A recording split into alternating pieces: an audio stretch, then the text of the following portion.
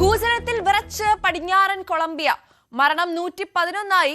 നിരവധി കെട്ടിടങ്ങൾ തകർന്നടിഞ്ഞു. 100ഓളം പേരെ കാണാതായി. വിക്ടർ സ്കെയിലിൽ 7.4 തീവ്രത. രാജ്യത്ത് അടിയന്തരാവസ്ഥ പ്രഖ്യാപിച്ചു.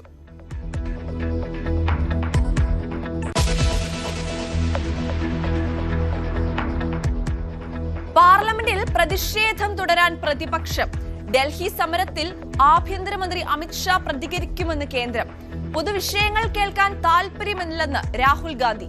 പ്രശ്നങ്ങൾ സൃഷ്ടിക്കാനാണ് രാഹുലിന്റെ ശ്രമമെന്ന് JP നദ്ദ.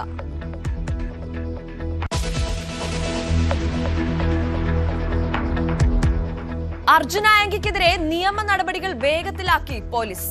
ചോദ്യം ചെയ്യലിന് കസ്റ്റഡിയിൽ ആവശ്യപ്പെട്ടുള്ള ഹർജി ഇന്ന് കോടതി പരിഗണിക്കും.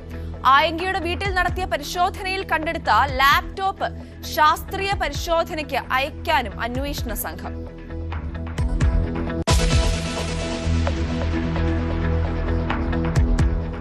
വിദ്വേഷ പരാമർശത്തിൽ ജാമ്യം ലഭിച്ച TG മോഹൻദാസ് ഇന്ന് അന്വേഷണ സംഘത്തിന് മുൻപിൽ ഹാജരാകും. മോഹൻദാസിന്റെ ലാപ്ടോപ്പും മൊബൈൽ ഫോണും വിശദമായി പരിശോധിക്കാൻ അന്വേഷണ സംഘം. ചോദ്യം ചെയ്യൽ തിരുവനന്തപുരം സൈബർ ക്രൈം പോലീസ് ഇൻസ്പെക്ടറുടെ നേതൃത്വത്തിൽ.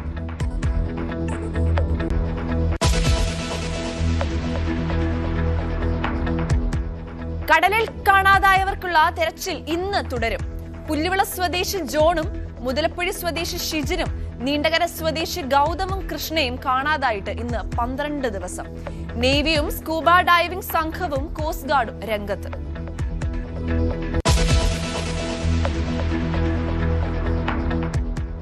ആസൂത്രണ ബോർഡ് നിയമന തട്ടിപ്പിലെ വിവരാവകാശ കമ്മീഷൻ ഉത്തരവിനെതിരായ PSC ഹർജി ഇന്ന് കോടതി പരിഗണിക്കും. പരീക്ഷാ രേഖകൾ ഉദ്യോഗാർത്ഥിക്ക് കൈമാറരുതെന്ന് ആവശ്യം.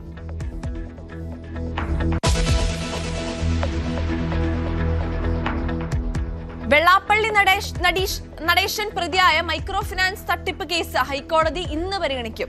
17 ഫൈനൽ റിപ്പോർട്ടുകൾ വിജിലൻസ് കോടതികളിൽ സമർപ്പിച്ചെന്ന് അന്വേഷണ ഉദ്യോഗസ്ഥൻ. ഫണ്ട് വകമാറ്റവും ദുരുപയോഗവും കണ്ടെത്തിയ പുൽപ്പള്ളി, റാന്നി, മാനന്തവാടി കേസുകളിൽ കുറ്റപത്രം സമർപ്പിക്കാൻ അനുമതി.